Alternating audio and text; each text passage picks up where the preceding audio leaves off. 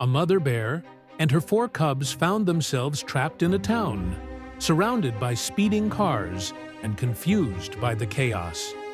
What Officer Daniel did next left everyone speechless.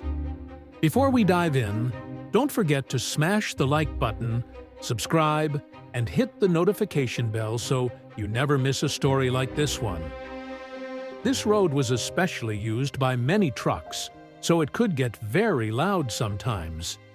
Officer Daniel had always been fond of animals, no matter how big or small, and he was determined to help these bears. He asked his colleague to watch the phone for a couple of hours and radio him if anything important came up while he was out. His days usually consisted of handing out speeding and parking tickets and checking out various complaints about noisy neighbors and loitering. Today's task was something else entirely, and he already enjoyed it. Besides, even though he lived in a rural area with many wild animals, he had never seen a bear up this close. He was kind of excited. He hopped in his car and drove straight to the location the callers had given him. As soon as he turned onto that street, he spotted the bears from a distance. It was one big bear, which he assumed was the mother, and 4 smaller ones, her cubs.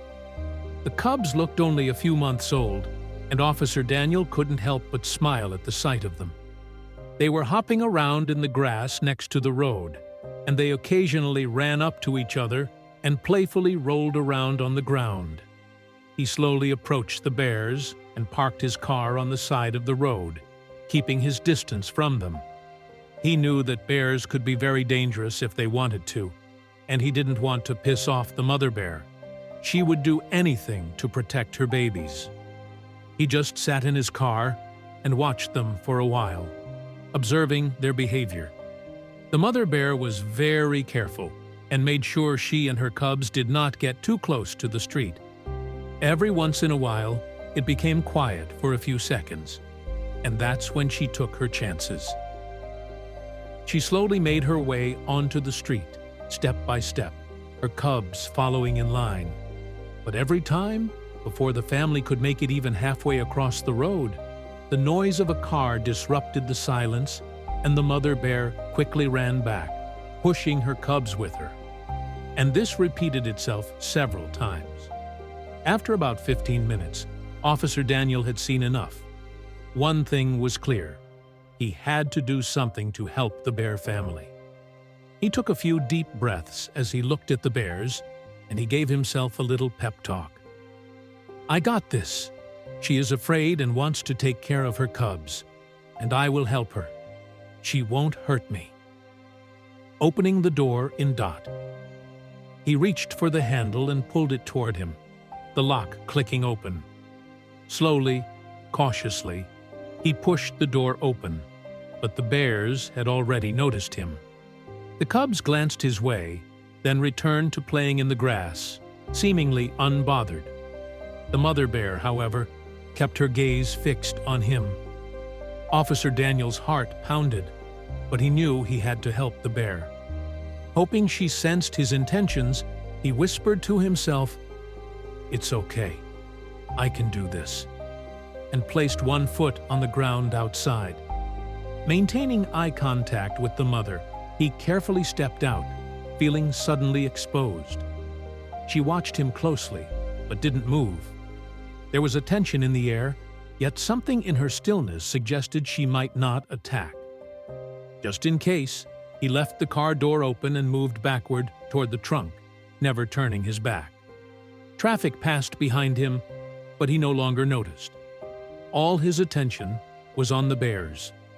Reaching the trunk, he opened it and retrieved what he needed: 2 roadblock signs. It was time to act. These signs would close off the road, giving the bears a safe window to cross. He took one, walking backward a few meters while still watching the mother bear. When he reached the right spot, he placed the sign to block traffic. Just as he turned to place the second sign, a car pulled up and stopped in front of the first. The driver rolled down his window and shouted, demanding to pass. Daniel approached and calmly explained the road would be closed for only a few minutes. But the man wasn't satisfied. As Daniel turned away, a loud honk blasted through the street. The man held the horn down, the sound piercing and constant. Frustrated, Daniel walked back and knocked on the window. The driver looked at him smugly, clearly intending to make things difficult. Daniel faced a decision: try to argue with the man, which would waste precious time and possibly scare the bears away, or let him pass. Normally, he wouldn't have given in, but the safety of the bears was his priority. He chose the second option. Before he could finish speaking, the man slammed the gas and sped off with screeching tires. Daniel sighed. Well, he must be in a hurry, he muttered. With the road now clear, he could finally carry out the rest of his plan, ensuring the bears would have a safe path forward. An hour later, everything was finally ready. Officer Daniel had realized he couldn't block the road alone, so he called his colleagues for help. They arrived with larger signs and quickly closed off the entire street, ensuring no interruptions. The area was now quiet and safe, the perfect moment for the bears to cross. Relieved, Officer Daniel focused back on the bear family. With no more distractions, it was finally time.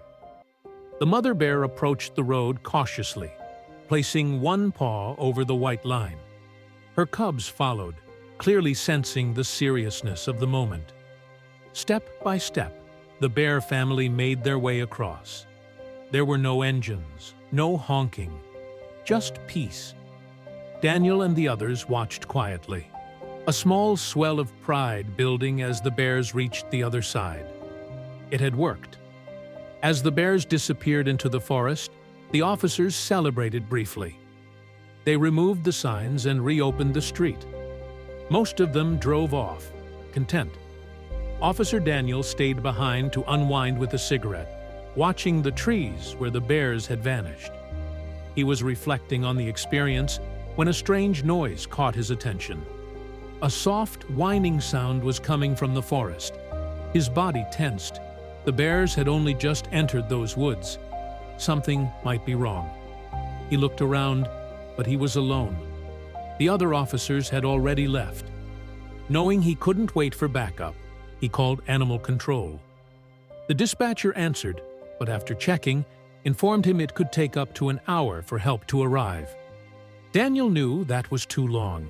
He couldn't risk waiting.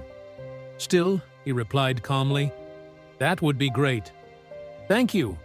But his mind was already made up. He sent his location and listened to the dispatcher's warning. Do not go near those bears. They might hurt you. But he was already walking toward the forest, determined to help. Nervous but resolute, he entered the woods. He'd spent all day protecting the bears. He wasn't about to stop now. The sound was still there, fainter now, but filled with distress. As he moved deeper, he heard another sound, huffing, like a large animal in pain. The closer he got, the more certain he became that it was the bears. Daniel knew he was taking a big risk. If they were hurt, they could react unpredictably. But he couldn't turn back. Something in Officer Daniel's gut told him to keep following the sound. And he did. Soon, he spotted the mother bear. She was pacing, clearly distressed, making the same puffing sounds he had heard earlier. He hid behind a tree, watching closely. She didn't appear injured, but something was definitely wrong. Then he noticed her cubs. One by one, he checked on them. They seemed unharmed, but all of them were staring intently at something just outside his view. Curiosity and concern kept him there. He had no obligation to stay, but he couldn't walk away. He was invested in this little family now. Suddenly, he slipped and stepped on a twig. The loud snap froze the air. The bears turned toward him in perfect silence. The mother bear stared directly at him and began approaching. Daniel's heart raced. He prepared to flee or climb a tree, though he doubted he could make it. But the bear stopped a short distance away and simply looked at him. There were no signs of aggression. She grunted softly and turned, walking back toward the cubs. Over her shoulder, she glanced back at him, as if inviting him to follow. He hesitated, then decided to take the risk. Step by step, he followed her at a safe distance. It became clear she wasn't leading him away. She was guiding him toward something. That's when he saw it. One of the cubs had fallen into a hole in the ground and couldn't climb out. The little bear whimpered, stuck and helpless. The mother couldn't reach it, and she had come to him for help. Daniel knew he could wait for animal control, but something in him needed to do this himself. He moved slowly toward the hole, watching the mother bear's reaction carefully. She stood silently, just watching, giving him the space to act. "It's okay, buddy. I'm getting you out of there," he whispered. Carefully, he knelt at the edge of the hole and reached in.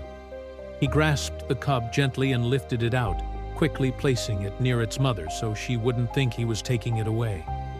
The mother bear licked her cub and nuzzled it close. She showed no signs of fear or aggression. She was simply relieved. Daniel stood there, watching in awe. A moment later, the mother nudged her cubs to their feet. It was time to move on. The family walked deeper into the forest, and just before they disappeared, the mother turned and looked back at him. Then they were gone. His phone rang. It was animal control. They told him they were finally on their way. Daniel smiled and replied, "Thank you, but that won't be necessary anymore." It was just a false alarm. He knew they wouldn't believe what had just happened anyway.